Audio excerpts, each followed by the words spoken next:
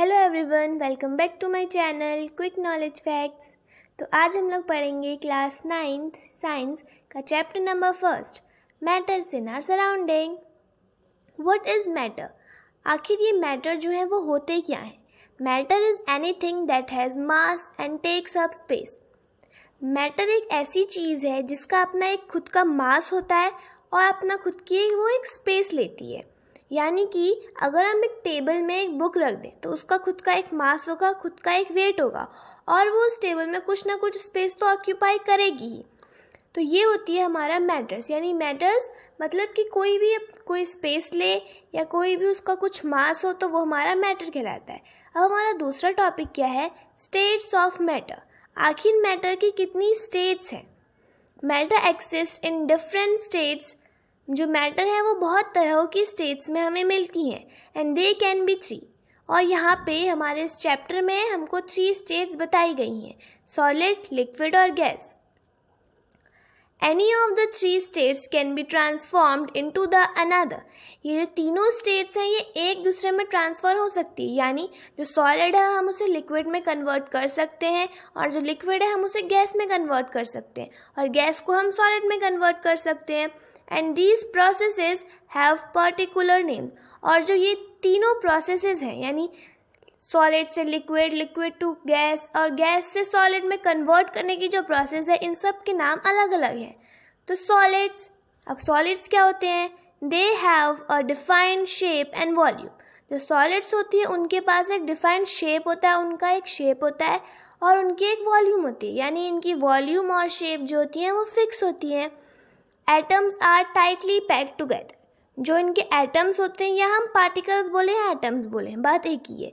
तो जो इनके एटम्स होते हैं वो एक साथ टाइटली पैक्ड होते हैं, यानी इनके बीच में जो होती है स्पेस बहुत कम होती है। अब लिक्विड क्या होते हैं? They have defined volume but not defined shape. जो लिक्विड है उनके पास डिफाइंड वॉल्यूम तो है लेकिन डिफाइंड शेप नहीं है, यानी उनका जो शेप है वो फिक्स्ड नहीं है लेकिन वॉल्यूम फिक्स्ड है। Atoms move around but stay close to each other. अब लिक्विड के एटम्स के बीच में सॉलिड के एटम से थोड़ा ज़्यादा स्पेस है, यानी इसमें जो एटम्स है वो अपनी जगह पे मूव तो कर सकते हैं लेकिन वो एक साथ ही रहते हैं। यानी सबसे कम जो स्पेस है वो सॉलिड के पार्टिकल्स में होता है, फिर उससे थोड़ा ज़्यादा लिक्विड के पार्टिकल्स में। अब गैसेस क्या होती हैं? They have no defined shape और वॉल्यूम। इनका ना शेप फिक्स होता है और ना ही वॉल्यूम फिक्स होती है। Atoms move quickly and are from apart. इसमें जो एटम्स होती हैं वो बहुत दूर दूर होते हैं, यानी जो इसके पार्टिकल्स हैं वो बहुत दूर होते हैं और इनके बीच में जो स्पेस है वो सबसे ज़्यादा होती है। यानी कि इसमें जो पार्टिकल्स हैं या जो एटम्स हैं वो फ्रीली मूव करते हैं। सबसे कम जो स्पेस है वो सॉलिड में होती है, उसके बाद थोड़ी ज़्यादा लिक्विड में और फ्रीली पार्टिकल्स किस में मूव करते हैं? गैसेस में मूव करते हैं। अब हमारा नेक्स्ट टॉपिक क्या है? Important physical properties of matter. Matter की कौन कौन सी जो है इम्पॉर्टेंट फिजिकल प्रॉपर्टीज़ हैं? Matter is made up of particles.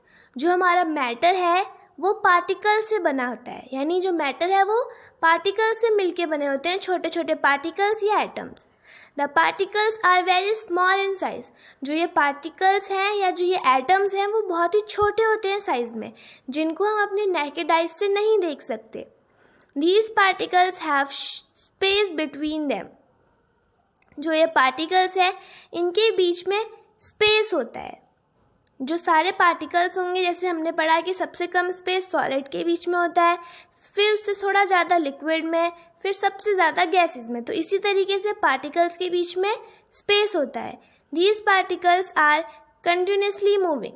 जो ये पार्टिकल्स होती हैं वो लगातार मूव करते रहती है। Particles attract each other. जो ये पार्टिकल्स हैं वो एक दूसरे को अट्रैक्ट करती है क्योंकि इनके बीच में इंटरमॉलिक्यूलर फोर्स ऑफ अट्रैक्शन होता है, इसीलिए सारे पार्टिकल्स होती है वो एक साथ अट्रैक्टेड होती हैं। There are 3 states of matter. यहाँ पे 3 स्टेट्स है मैटर की। कौन कौन सी? Solid, liquid, gas.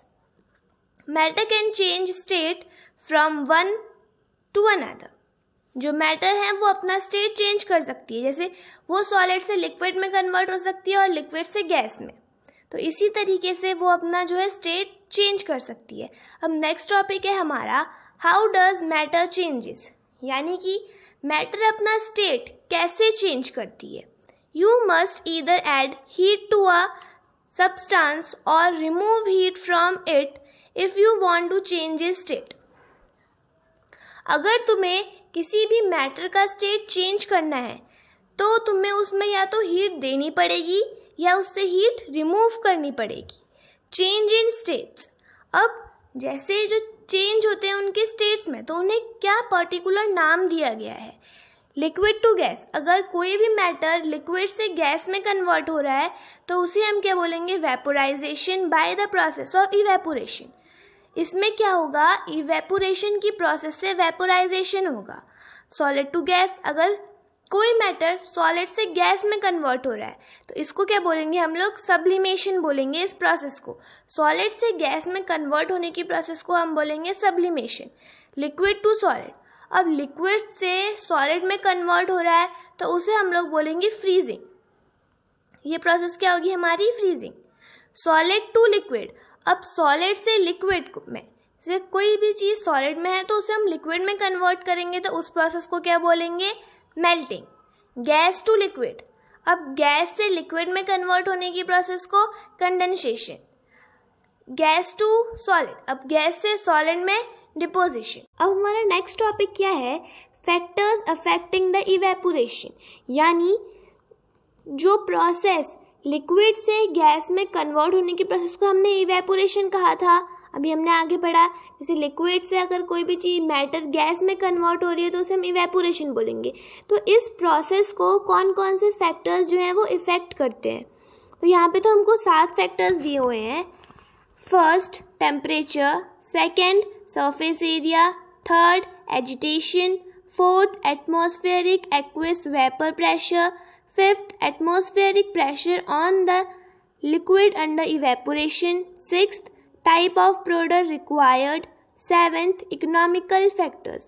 तो ये हमारे 7 फैक्टर्स हैं जो अफेक्ट करते हैं इवेपोरेशन की प्रोसेस को। तो अब हमारा नेक्स्ट टॉपिक है evaporation cause cooling. Evaporation cause cooling, यानी इवेपोरेशन कूलिंग कैसे कॉज करती है, यानी इवेपोरेशन से हमें कूलिंग या ठंडा महसूस क्यों होता है। In an open vessel the liquid keeps on evaporating, एक खाली बर्तन में या एक खुले बर्तन में जो लिक्विड है वो इवेपोरेशन की प्रोसेस कर रही है। The particles of liquid absorb heat energy from the surrounding to regain the energy in the evaporation, और जो पार्टिकल्स है लिक्विड के वो हीट एब्जॉर्ब कर रहे हैं अपने आसपास से उस एनर्जी को वापस पाने के लिए जो उनने इवेपोरेशन की प्रोसेस में गंवा दी थी। यानी इवेपोरेशन की प्रोसेस में उनकी जो भी एनर्जी थी वो चली गई थी, इसीलिए वो क्या कर रहे हैं, अपने आसपास से जितनी भी हीट एनर्जी है उसे एब्जॉर्ब कर रहे हैं कि अपनी एनर्जी वापस लाने के लिए। This absorption of energy from the surrounding makes the liquid cool, और जब भी ये एनर्जी जो है ये लिक्विड एब्जॉर्ब करते हैं अपने सराउंडिंग से तो इसी की वजह से क्या होता है, जो हमारा सराउंडिंग है वो कूल हो जाता है यानी ठंडा हो जाता है, और इसी की वजह से क्या होता है, इवेपोरेशन कॉज कूलिंग, और इसी की वजह से इवेपोरेशन से हमें ठंडा महसूस होने लगता है। अब नेक्स्ट टॉपिक क्या है हमारा, cotton clothes absorb sweat easily. जो हमारे कॉटन के क्लोथ्स हैं हम सबको पता है कि उनमें जो पसीना है वो बहुत जल्दी एब्जॉर्ब हो जाता है, बहुत ईजीली एब्जॉर्ब हो जाता है। This results in evaporation as it is exposed to air and leaves our body cooler। इससे क्या होता है, इवेपोरेशन की प्रोसेस होती है, इसमें भी इवेपोरेशन रिजल्ट करता है, और अगर हम एयर में जाए तो हमें ठंडा महसूस होता है, क्योंकि जो कॉटन क्लोथ्स हैं वो इजी इवेपोरेशन एब्जॉर्ब स्वेट। जो कॉटन क्लोथ्स होते हैं वो बहुत ही जल्दी जो है हमारा स्वेट जो है वो एब्जॉर्ब कर लेते हैं, क्योंकि इनकी जो एब्जॉर्प्शन क्वालिटी है वो बहुत हाई होती है। और अगर हम किसी एयर के कांटेक्ट में जाएं या हीट की कांटेक्ट में जाएं जो कॉटन क्लोथ्स हैं, फिर वो स्वेट जो है इवेपोरेशन की प्रोसेस से जो वो लिक्विड से वो गैस में कन्वर्ट हो जाता है। फिर हमें क्या होता है कि इवेपोरेशन कॉज कूलिंग वाला ही आ जाएगा इसमें भी टॉपिक। फिर इवेपोरेशन के होने से हमें क्या ठंडा महसूस होने लगता है। तो अब हमारा लास्ट टॉपिक है टेम्परेचर कन्वर्जन फार्मूलाज, कैसे हम लोग टेम्परेचर्स को कन्वर्स कर सकते हैं।